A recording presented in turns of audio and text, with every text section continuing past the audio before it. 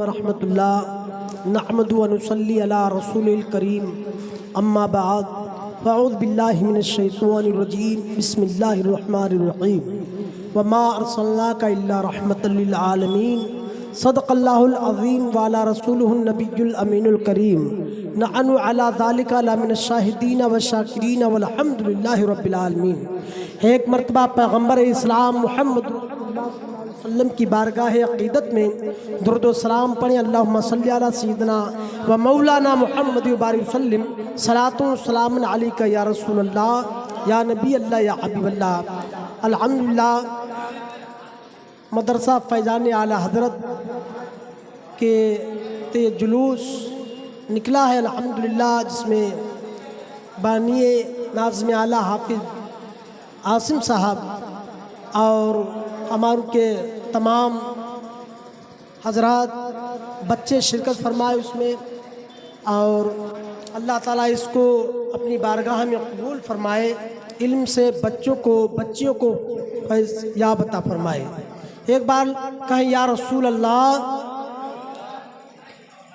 صبح و طیبہ میں ہوئی بٹتا ہے باڑا نور کا، صدقہ لینے نور کا آیا ہے تارا نور کا، میں گدا تو بادشاہ بھر دے پیالہ نور کا، نور دن دونا تیرا دے ڈال صدقہ نور کا، تیری نسل پاک میں ہے بچہ بچہ نور کا، تو ہے عین نور تیرا سب گھرانہ نور کا، اور چاند جھک جاتا جدھر انگلی اٹھاتے محل میں، کیا ہی چلتا تھا اشاروں پہ کھلونا نور کا، کیا ہی چلتا تھا اشاروں پہ کھلونا نور کا۔ آپ لوگوں کو معلوم ہے کہ تاریخ شاہد ہے کہ رسول اعظم علیہ الصلوۃ والتسلیم سے آنے سے قبل کیا دنیا میں ہو رہا تھا، عرب کی سرزمین پر کس طریقے سے لوگ اپنی زندگی گزار رہے تھے، کیا ان کا طریقہ تھا۔ بچیوں کو، چھوٹی چھوٹی بچیوں کو زندہ در گور کر دیا جاتا تھا، بیوہ عورتوں پر ظلم ہوتا تھا، عورتوں پر زیادتی ہوتی تھی، غلام بن کر لوگ زندگی گزارتے تھے۔ اللہ اکبر، ایسے عالم میں 360 متقابل خانہ میں باطلان خدا رکھے ہوئے تھے، لوگ ان کی پوجا کیا کرتے تھے۔ اللہ کے پیغمبر حضرت محمد رسول اللہ صلی اللہ تعالی علیہ وسلم ایسے دور میں تشریف لائے، اس وقت کوئی چاند کو خدا مانتا تھا، کوئی سورج کو پوجا کرتا تھا، کوئی ستاروں کو پوجا کرتا تھا، کوئی درختوں کو، کوئی پتھروں کو، کوئی آگ کو۔ اس طریقے سے لوگ باطلان خدا کو معبود مانتے تھے اور انہیں خدا سمجھ کر ان کی عبادت کرتے تھے۔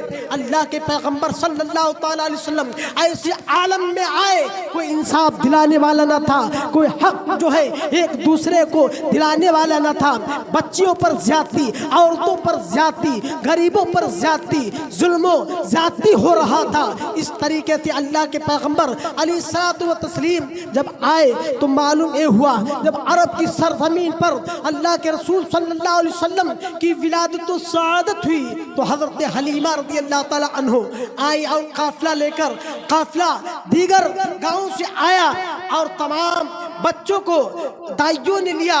اللہ کے پیغمبر صلی اللہ علیہ وسلم نے حضرت حلیمہ سعدیہ رضی اللہ تعالی عنہ نے حضرت محمد صلی اللہ علیہ وسلم کو گود میں لیا۔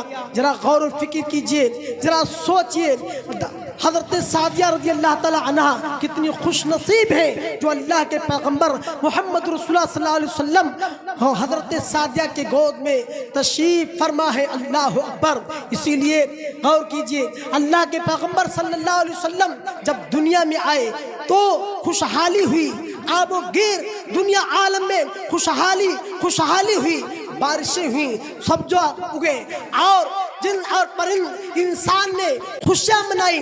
اسی طریقے سے آج سنی صحیح العقیدہ جو اہل ایمان والے ہیں اللہ کے رسول صلی اللہ علیہ وسلم کی آمد پر خوشیاں مناتے ہیں۔ اللہ کے رسول صلی اللہ علیہ وسلم نے سب کے ساتھ انصاف فرمایا۔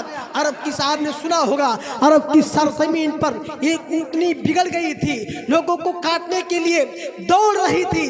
اللہ کے رسول صلی اللہ علیہ وسلم تشریف فرماتے وہاں گزر رہے تھے۔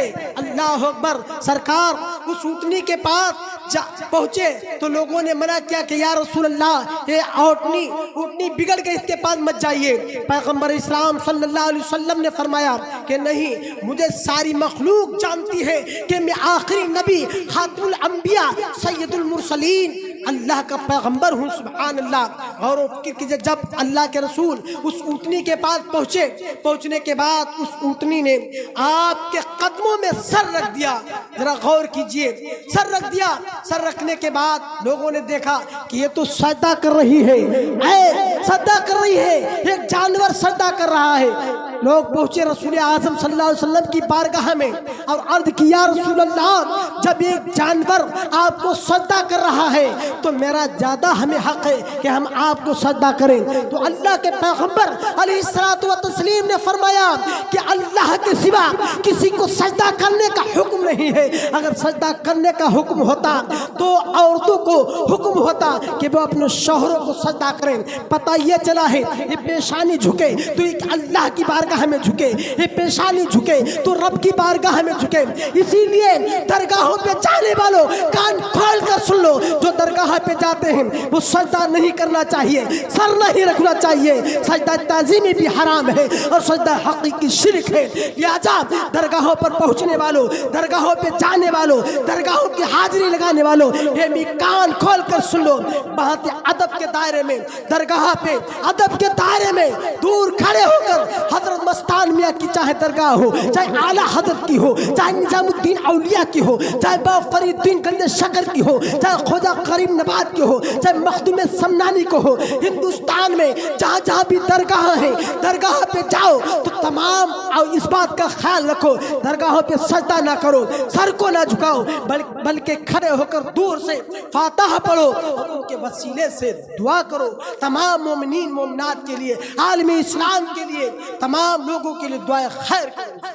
یہ ہمیں طریقہ ہے، کھانے کا طریقہ، پینے کا طریقہ، بیٹھنے کا طریقہ، سونے کا طریقہ، ایک دوسرے سے آپس میں گفتگو کا طریقہ کس نے بتایا؟ اللہ کے پیغمبر حضرت محمد صلی اللہ تعالی علیہ وسلم نے بتایا ہمیں۔ میرے عزیزو، میرے جو ہے نوجوان ساتھیوں، اللہ کے پیغام اور رسول کے پیغام کو عملاؤ، جو عمل کرو۔ نماز فرض ہے، نماز پڑھو، اچھے کام کرو، ایک دوسرے سے خلوص اور محبت سے برتاؤ کرو۔ یہی ہمارے آقا علیہ السلام کا پیغام دیا ہوا جو پیغام ہے، اس پیغام پر عمل کرو۔ استغفر ربی من کل ذنب واتوب الیہ، یا اللہ میرے بولنے میں جو غلطیاں خامی ہوئی رب کی بارگاہ میں توبہ کرتے ہیں۔ استغفر ربی من کل ذنب واتوب الیہ، لا الہ الا اللہ محمد رسول اللہ صلی اللہ علیہ وسلم۔ اور حضرات ایک اعلان بغور سماعت فرمائیں، یہ فیضان اعلیٰ حضرت ماشاءاللہ ان میں بچیوں کی اور بچوں کے پردے کا اہتمام کے ساتھ جو ہے تعلیم ہو رہی ہے۔ آپ اپنے بچوں کو دینی اور دنیاوی تعلیم سے آراستہ اور پاراستہ کرو۔ ضرورت ہے جب تک کہ ہمارے قوم کے بچے تعلیم سے آراستہ پاراستہ نہیں ہو پائیں گے، اس وقت تک اسلام کی بقا کو نہیں سمجھ پائیں گے۔ تو ضرورت ہے کہ علم سکھاؤ، اتنا پڑھاؤ کہ ضرورت کے مسائل اپنے کتابوں سے اخذ کر سکیں۔ استغفر ربی من کل ذنب واتوب الیہ، لا الہ الا اللہ محمد۔